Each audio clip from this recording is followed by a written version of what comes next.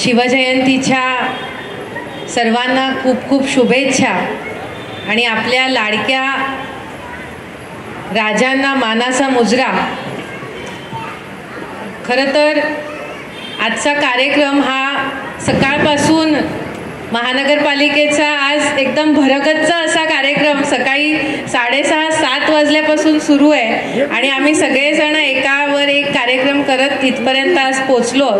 तर मला विशेष महानगरपालिकेचे आभार मानायचे की सकाळपासून त्यांनी विविध कार्यक्रमांचं आयोजन केलेलं आहे आणि आजही या कार्यक्रमासाठी गुरुजी गोळवळकर चॅरिटेबल फाउंडेशनला त्यांनी सहाय्य केलं, आर्थिक सहाय्य केलं आणि आम्ही एकदा सांगितलं आणि लगेच त्यांनी ते मान्य केलं आणि हा इतका भव्य दिव्य कार्यक्रम आपल्या वसईमध्ये शिवजन्मोत्सव आपण सगळेजण मिळून साजरा करतोय। त्यामुळे वसई विरार महानगरपालिकेचे आयुक्त अनिल पवार साहेबांचे मी मनापासून आभार मानते आणि हा कार्यक्रम आपल्याकडे गुरुजी गोळवळकर चॅरिटेबल ट्रस्टच्या माध्यमातून आणि ओम साई कला मंचच्या माध्यमातून सादर होतोय, त्यांचेही आभार मानते।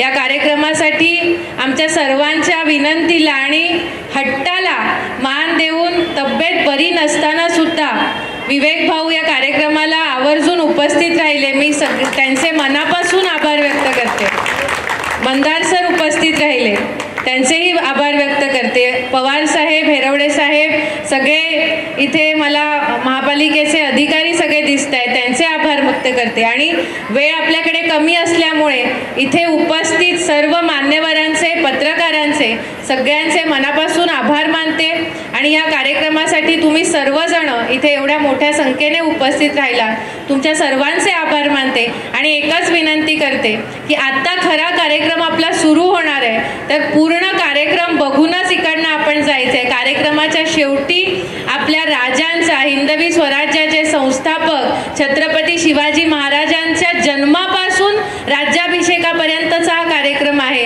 तर राज्याभिषेक होताना आपल्याला सगळ्यांना त्यांच्यावर पुष्पवर्षाव करायचा आहे, त्यामुळे मी तुम्हाला सगळ्यांना विनंती करते की शेवटपर्यंत थांबा आणि महाराजांचे विचार, त्यांच्याकडनं प्रेरणा घेऊन आपल्याला इथून जायचंय।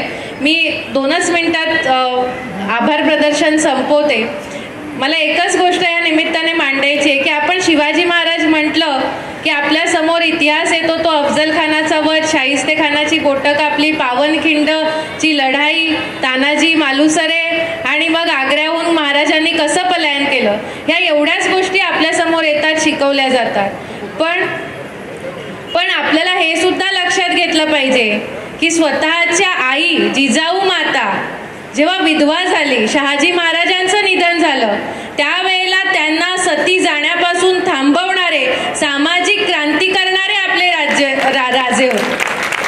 त्या काळी पाण्याचं संवर्धन, जलसंवर्धन करण्यासाठी मोठ्या मोठ्या किल्ल्यांवरती जलकुंभ बांधून ते जलकुंभ अजूनही शाबूत आहेत आणि त्यातलं पाणी तसंच थंड आणि पिण्याजोगं राहतं। म्हणजे त्यावेळेला काय टेक्निक त्यांनी वापरली असेल, तर असे म्हणजे जलसंवर्धन करणारे आपले राजे होते।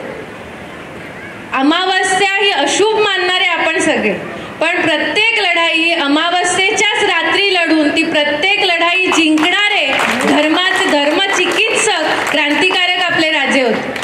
आपल्या हिंदू धर्मामध्ये समुद्र पार करण्याला अशुभ मानलं जातं, पण ह्या सगळ्या रीती रिवाज परंपरा मोडीत काढून पहिलं नौसेनेचं आरमार उभा करणारे आपले महाराज होते।